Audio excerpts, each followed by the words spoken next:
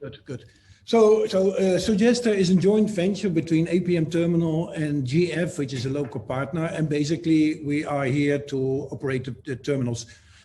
I will show you which terminals. We have two terminals, port terminals, Luanda Port and in Namib Port.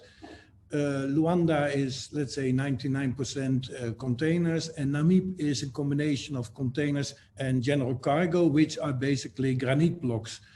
So the granite blocks goes in the container or it goes directly on the vessels, on the ships. We have two ICDs, as you can see. Both are in the Luanda area, 35 miles away. We have to remember that Angola in the 2013, 2014 was the most expensive and the fastest growing country in the world. Everything was based on the oil export, of course. In those days, the ports were 100% full and the interports were 100% full as well. Those kind of things have changed. Separately from, so in the ports, we have the Boa Vista terminal. We're running 8 mobile cranes, including the 800 from Lipa, which is able to do 23 containers across. Like Jan, we're doing around 300,000 TEUs per year. Namib is a smaller port. We're using ships cranes at the moment. We're going to move 2 mobile cranes over there. And the capacity, I mean, the capacity is big, but we do about 26,000 containers and about 50,000 tons of general cargo.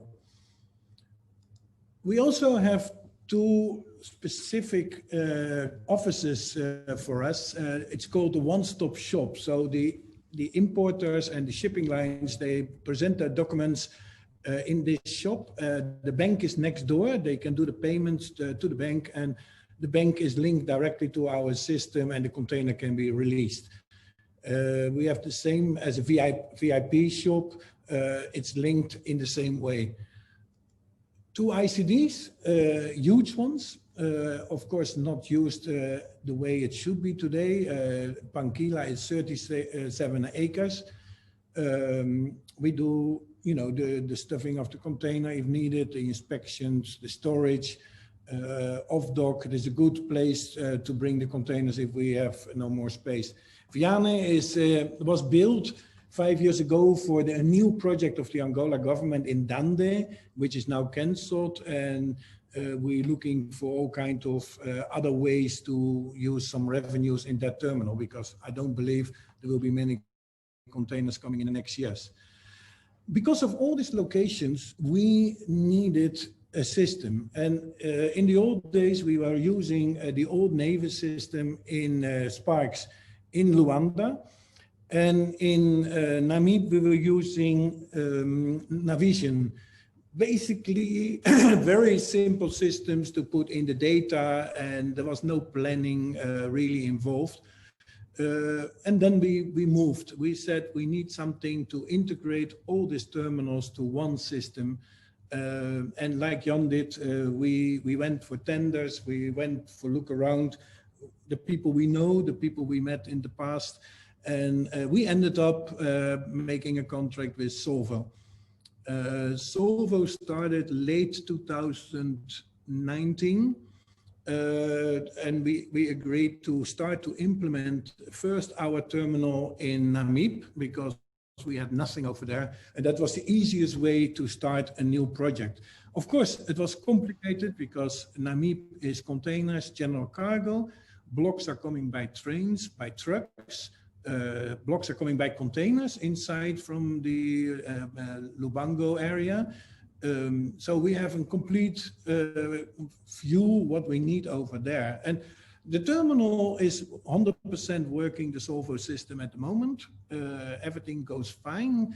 Then we started to do the same kind of training in Luanda. I think we started September last year. And we are finally getting ready now to be in February, most probably to go live also in Luanda. The delays which we had, or the issues which we had, are related to COVID. Some of the people from Solvo, they were blocked in Namib for 3 months, which was a benefit because they could work quite a lot on the spot and see all the issues.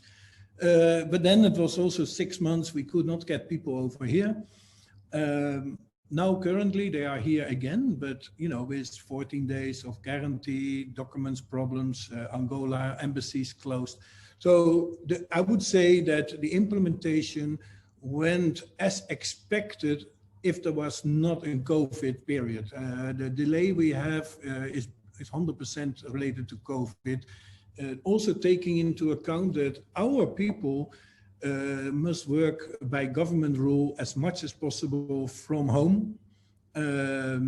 Then in Angola, not everybody has internet. The internet is not the best in the world. So you put it together, and the fact that we go live in February for us is already a success. We have installed the software in Namib and in Luanda. And what will happen is that the interports, they will go with a direct line to our system. So we have 2 places where the software is operating, and that's enough for us. At the same time, what we do is we are implementing IFS 10, which is from IFS, and Enfacon is doing the implementation. We chose this software for the financial department because all the APMT terminals in the world are going in that direction. So that was simple. And for us, it was good that there is a good relation between Solvo and IFS. So there is an interface between the 2 systems, and we don't expect any problems. IFS went live in January, about a week ago. But we do exactly what Jan is doing. You know, we are interfaces part by part. We start with the main parts: HR, finance, procurement, equipment, stores, and slowly we're moving during the year to the next parts. You know, don't do too fast. And we have in Angola, you know, we have a problem with the language. The people are not that fast, you know, understanding English. With IFS, we have to talk to Indian people, which are face-to-face easy, but on the telephone from home with bad internet, it's not that easy as well. Again, you know, small delays, but everything was working at the end.